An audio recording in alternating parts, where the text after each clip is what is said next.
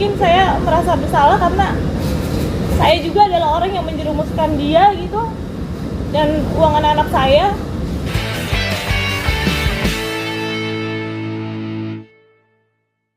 Sebelumnya agak kenceng sedikit Mbak. Sebelumnya setelah mendapatkan penawaran itu, apakah melakukan verifikasi dulu atau bagaimana? Atau sudah percaya karena hubungan dekat Mbak Bunga dengan terlapor?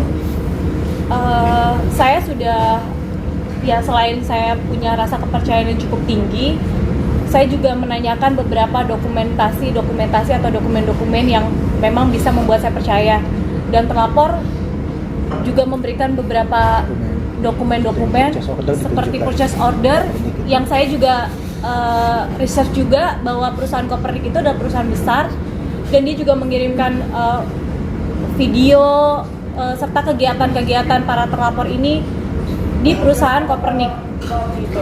Kak Bunga, ini kan modalnya kan dikirimkan secara bertahap ya. Profitnya itu dari awal tidak ada profit kah? Tidak diserahkan ke profitnya atau seperti apa Kak? Atau di pertengahan tiba-tiba profitnya mandek? Dari awal 2022 itu sesuai kesepakatan ya Mbak. Artinya ini baru ketahuan bahwa ada tindak pidana itu di tahun 2024 bulan Juli, di mana selain profit saya yang tersendat, juga adanya laporan-laporan dari masyarakat yang memang adalah korban serupa dengan saya.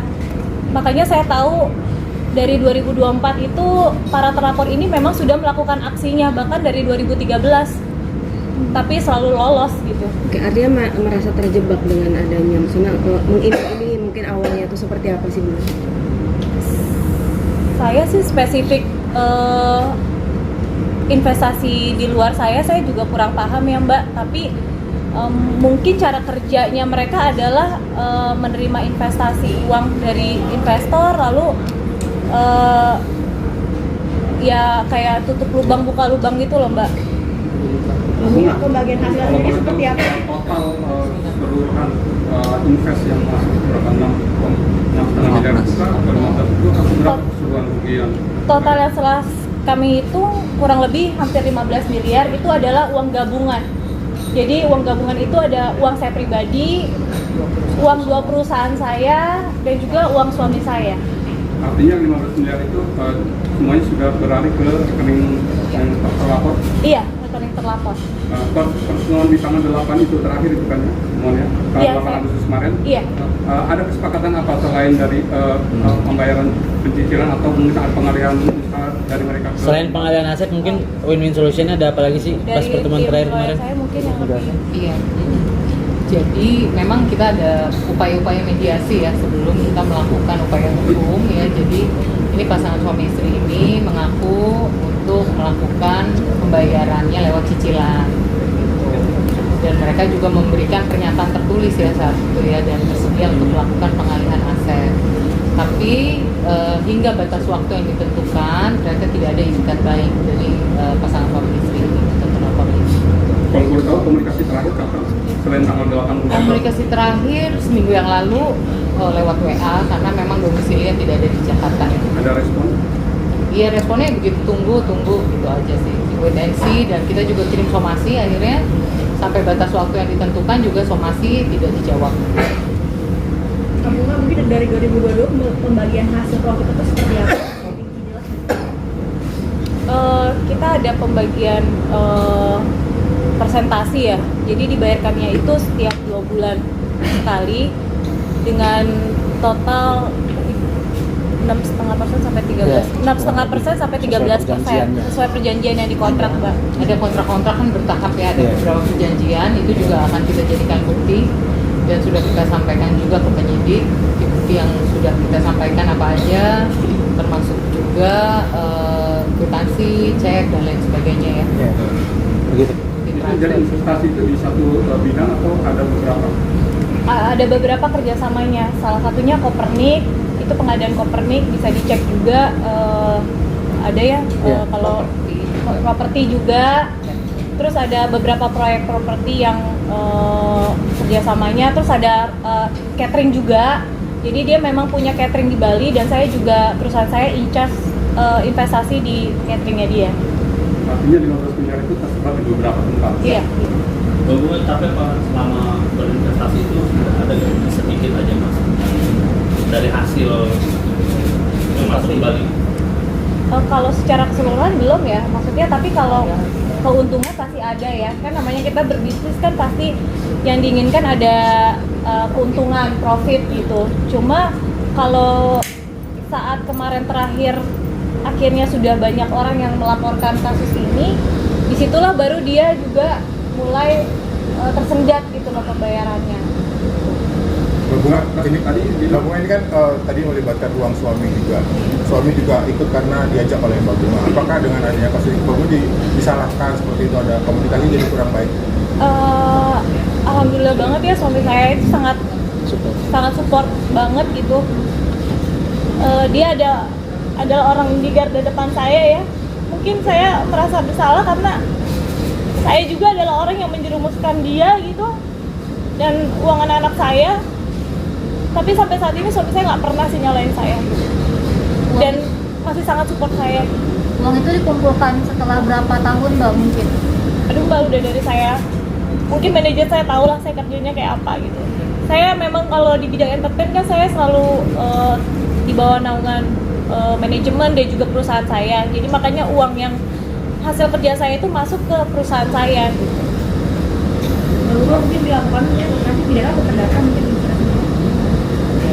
Pidana penipuan dan penggelapan, karena ada banyak dokumen yang dia palsukan. Salah satunya adalah dokumen perusahaan saya, terus juga ada pencemaran nama baik saya juga, penggelapan uang perusahaan juga.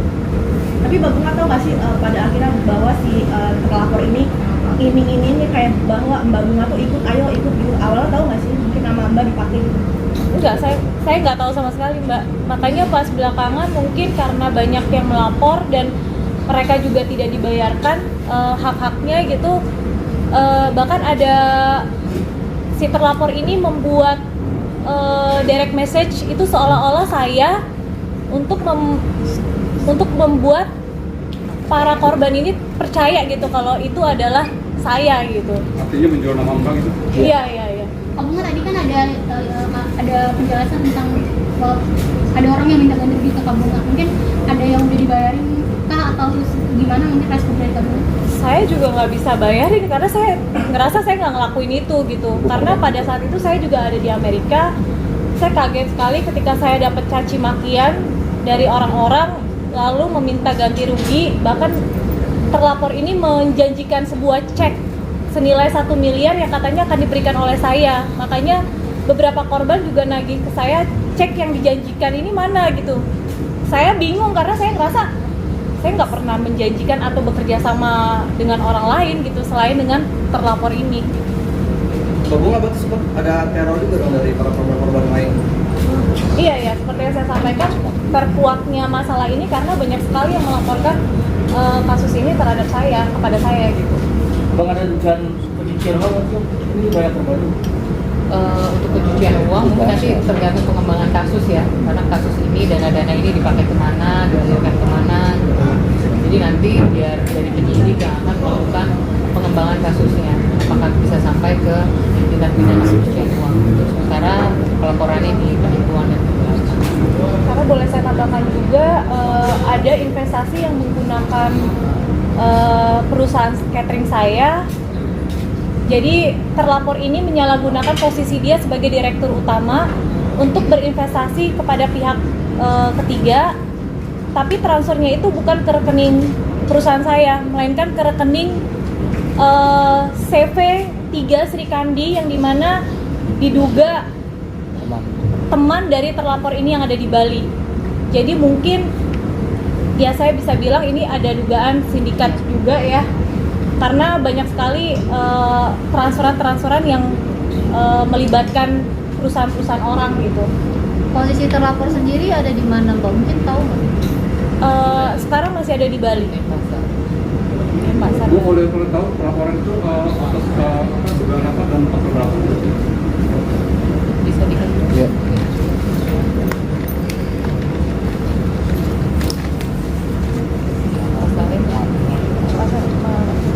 Ya, jadi laporan yang dilaporkan oleh Bu Bunga di Polda Metro Jaya pada tanggal 22 Agustus 2024. Dilaporannya adalah dugaan tindak pidana penipuan ya atau perbuatan curang, Undang-Undang Nomor 1 Tahun 1946 tentang KUHP sebagaimana dimaksud dalam pasal 378 KUHP dan atau pasal 372 KUHP. Gitu, Pak. Udah ada tindakan pemeriksaan belum, Bang? Rencana dalam waktu dekat akan diambil keterangan Ibu Bunga sebagai korban. Saya bersyukur banget sih karena dari semalam saya posting, jujur saya mau terima kasih juga sama bapak-bapak Polda Metro Jaya, langsung cepet banget. Malam saya langsung ditelepon gitu, besok langsung pemeriksaan. Jadi Jumat besok saya ada pemeriksaan juga gitu di Polda. Jam berapa Mbak? Jam 10 pagi. Krimum tim. Krimum. Seperti apa sih Kak dari mungkin dirimu kan manajernya nih gitu kan.